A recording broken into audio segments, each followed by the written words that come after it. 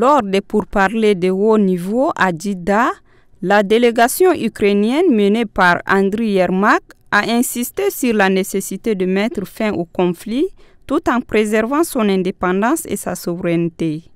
Dans la foulée de ces discussions, l'administration Trump a annoncé la levée de la suspension de l'aide militaire et du partage de renseignements avec Kiev.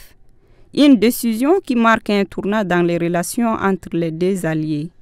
De plus, Washington et Kiev ont déclaré dans un communiqué conjoint leur volonté de conclure un accord sur l'exploitation et l'exportation des minerais stratégiques dès que possible. Le président ukrainien Volodymyr Zelensky a précisé les conditions de Kiev pour un cessez-le-feu, soulignant la nécessité d'un silence total dans le ciel et en mer et la libération des prisonniers ukrainiens détenus en Russie et le retour des enfants ukrainiens transférés en Russie reste une priorité absolue pour Kiev.